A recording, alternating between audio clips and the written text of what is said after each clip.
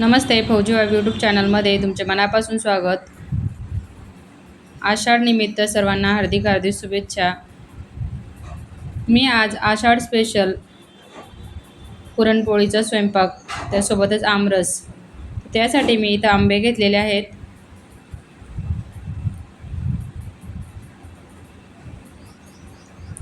इथं पीठ मळून घेतलेलं आहे. पुरणपोळी बनवण्यासाठी पीठ जरा घट्टसरच मळून घ्यायचं. आणि इथं चना डाळ टाकलेली होती, हरभऱ्याची डाळ. 1 वाटी हरभऱ्याची डाळ टाकलेली होती कुकरमध्ये आणि त्यासोबतच 4 वाट्या हे गरम पाणी टाकून डाळ शिजवून घेतली. डाळ शिजल्यानंतर त्यातलं जे येळवणीचं पाणी असतं ते काढून घेतलं. काढून घेतल्यानंतर त्याच्यामध्ये 1 वाटी चना डाळीसाठी पाऊण वाटी ही साखर टाकून परत चांगलं शिजवून घेतलं आणि पुरणाच्या गाळणीने काढून घेतलं. अशा पद्धतीने पुरण करून घेतलं आहे. इथं कटाची आमटी बनवण्यासाठी इथं 1 कांदा भाजून घेतला होता आणि सुकं खोबरं घेतलं होतं 1 वाटी भाजून, आणि अद्रक आणि लसणची पेस्ट काढून घेतली आहे. आणि हे येळवणीचं पाणी ठेवलेलं आहे. येळवणीच्या पाण्याशिवाय आपली ही रस्सी बनत नाही. आमच्याकडे रस्सी म्हणतात विदर्भामध्ये, काही ठिकाणी कटाची आमटी म्हणतात. सर्वात पहिले ही रस्सी बनवून घेणार आहे मी. त्यासाठी गॅसवरती पातेलं ठेवलेलं आहे. त्याच्यामध्ये 2 चम्मच तेल टाकून घेतलेलं आहे आणि अद्रक आणि लसणची पेस्ट टाकून घेतली. अद्रक आणि लसणची पेस्ट चांगली फ्राय होऊ द्यायची. नंतर त्याच्यामध्ये 1 चम्मच धनी पावडर, 1 चम्मच गरम मसाला आणि 2 चम्मच हे लाल तिखट टाकलेलं आहे आणि 1 चम्मच मीठ टाकलेलं आहे चवीपुरतं.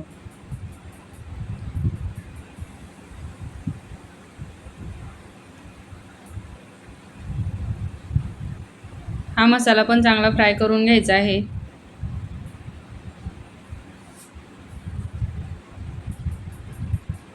थोडंसं पाणी टाकायचं. पाणी टाकताना गरम पाणी टाकायचं आणि याला 2 मिनटं असं फ्राय करून घ्यायचं.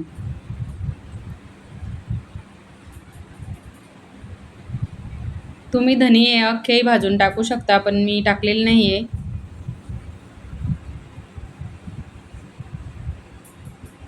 जे वाटण काढलं होतं ते पण मिक्स करून घ्यायचं आणि त्याच्यामध्ये आता ते जे येळवणीचं पाणी काढलं होतं तेच टाकायचं. मी हेच पाणी जास्त ठेवत असते. आपल्याला दुसरं पाणी टाकायची गरज पडत नाही आणि हे येळवणीच्या पाण्यामुळे खूप छान अशी टेस्ट लागते आमटीला.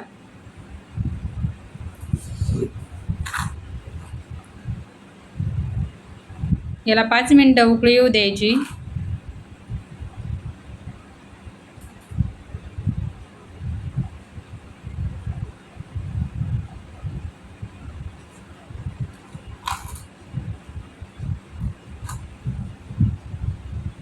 थोडीशी कोथिंबीर टाकलेली सुकलेली.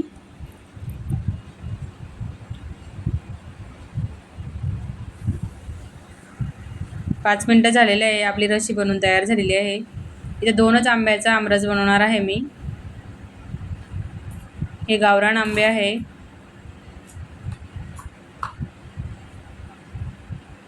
आता कधी कधी आंब्यामध्ये किडे पण असतात, त्यासाठी मी काय केलं, इथं आंबे कट करून घेतलेले आहे.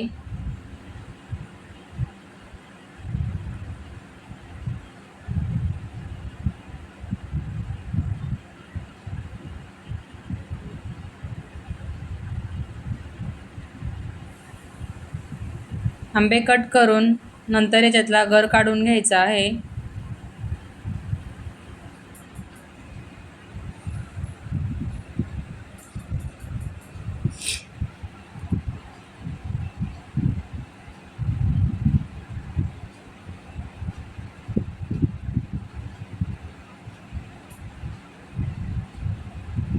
आमच्याकडं आखाड महिन्यात देवीला बोनं देतात, तर बोन्यामध्ये जसं नैवेद्य देतात, तांदूळाचं किंवा दही भाताचं किंवा पुरणपोळीचं,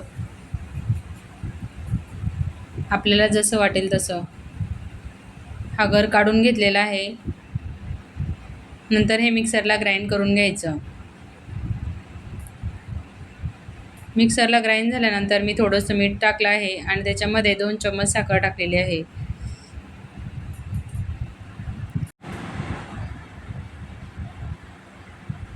साखर टाकून मिक्स करून घेतलं.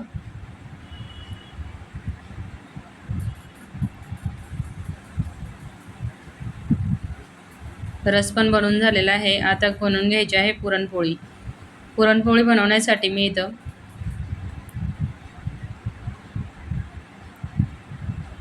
पीठ घट्टसरच मळून घेतलेलं आहे.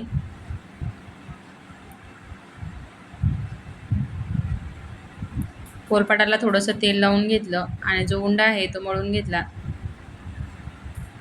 हे 2 पद्धतीने पुरणपोळी बनवून दाखवणार आहे तुम्हाला. ज्यांना पुरणपोळी जमत नाही त्यांच्यासाठी पण. या पद्धतीची पुरणपोळी सर्वच बनवतात. थोडंसं तेल किंवा तूप लावून घ्यायचं.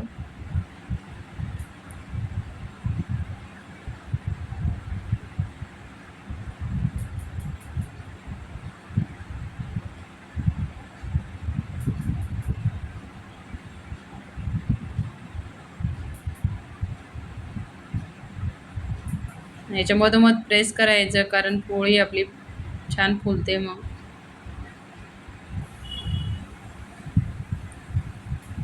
हे जे काठ आहे ते एकसारखे करून घ्यायचे.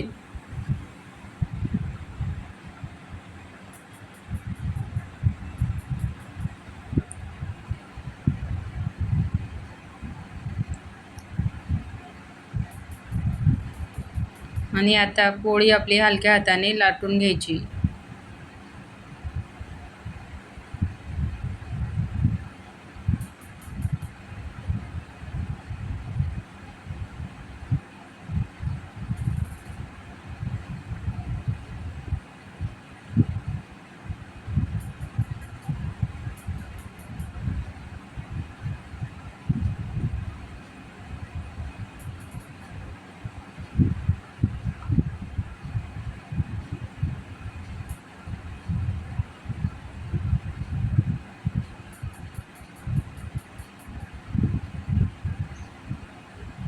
त्याला तूप किंवा तेल लावून घ्यायचं.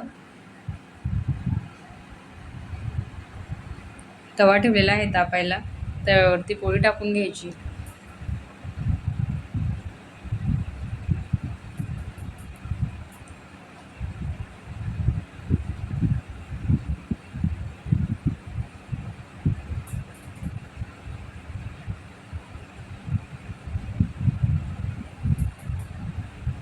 वरची पोळी भाजूस तर आपल्याला एक पोळी लाटून घ्यायची परत.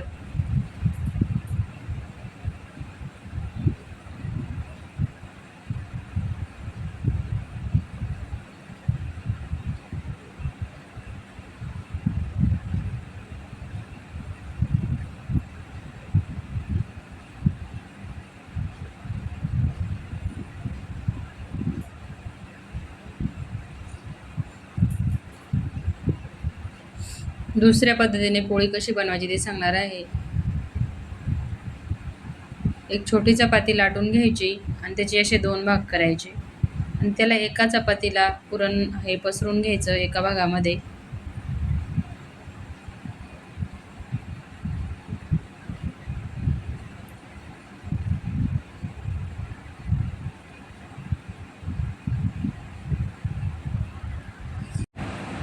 नंतर याचे काठ दाबून घ्यायचे आहे.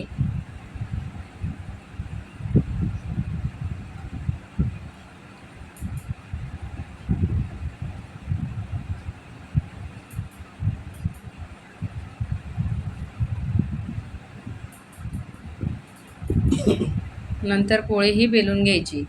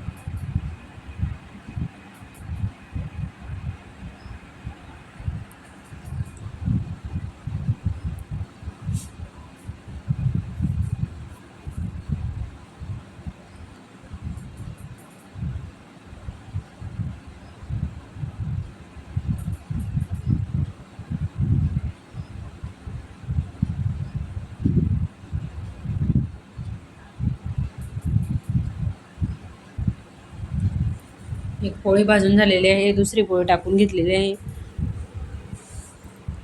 असेच एक एक करून मी पोळ्या टाकून घेतल्यात.